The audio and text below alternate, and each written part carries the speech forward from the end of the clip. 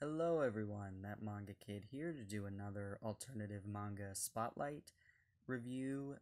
This time I'm reviewing A Patch of Dreams by Hideji Oda.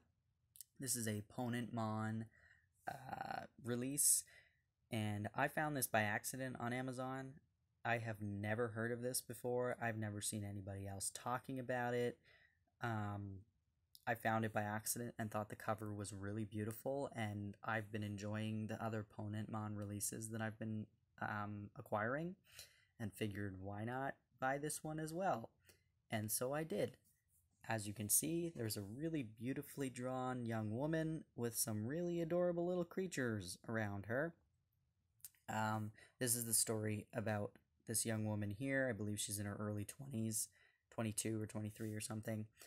She's having an affair with her art teacher in college, I think, and her professor, and it's a story about her kind of losing touch with reality. She dreams this sequential dream almost every night, and she had these dreams when she was a kid, and then I guess it took a break for a while, and now as an adult it's coming back, and it's this other world that she keeps dreaming about, and every night when she falls asleep, the story continues, and she starts to lose track of when she's actually awake versus when she's sleeping, because both worlds seem so real. And because everything is sequential, typically you go through your day, you go to sleep. If you are someone who remembers your dreams, they're all kind of mixed matched, whatever. You sleep the next night and it's not the same dream, whereas she is living in the real world all day and then going into this dream world every night and living life in this dream world. And to her, it feels like time is passing in the same way in this dream world as it is in the real world, and so the lines are being blurred, and she's not entirely certain what's real and what's not anymore. And so it's really trippy to read. I think I have to reread it, like, to kind of fully grasp what everything kind of happened, but it wasn't something.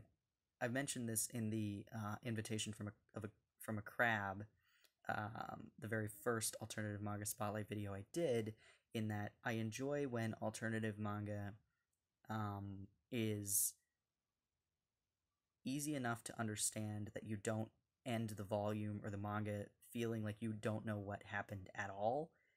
It's okay to have questions. It's okay to leave some mysterious things that you want the person to reread and find out tidbits they didn't catch the first time. But I don't enjoy when I read something and I have no idea what I just read. I prefer to at least understand parts of it. Even if I don't understand the whole thing, I enjoy when I actually, understood and was able to piece together most of what happened. And with this one, I was able to read the story and understand the story. I know there are things I missed. I know there are things I will catch in a second read. But for the most part, I was able to enjoy and read this one time and feel like I got the gist of what happened. The art is very interesting. I mean, this cover itself this was a cover by.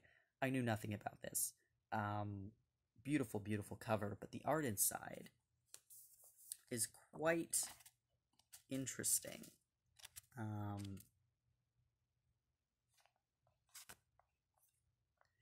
It's very sketch-like, unlike anything I've really ever seen before. It's really quite beautiful and different, and I enjoy that. And the volume is just slightly longer than a typical manga volume,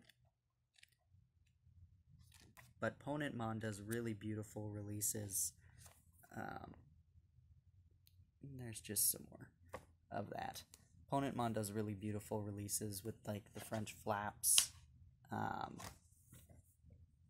And this one is in the English reading direction. I don't know if it was flipped or if sometimes things are legitimately published in this direction in Japan, but I'm not sure if that's the case with this one or if this one was flipped. But yeah, it's It's a really, really beautiful story. I'm glad that I found it because, like I said, I found it by accident on Amazon. I had never heard of it before. I was just searching Ponent Mon releases because I was interested in seeing what else they've put out. Um, yeah, if you happen to come across A Patch of Dreams and you enjoy stories, like I said, that are more psychological, it's not really a horror. It's not really. It's got a bit of drama, I guess, because she's having this affair with this professor, but for the most part, it's really just about this young woman who's losing touch with reality. And yeah, it's quite interesting. And the art, like I said, is different and quite beautiful as well.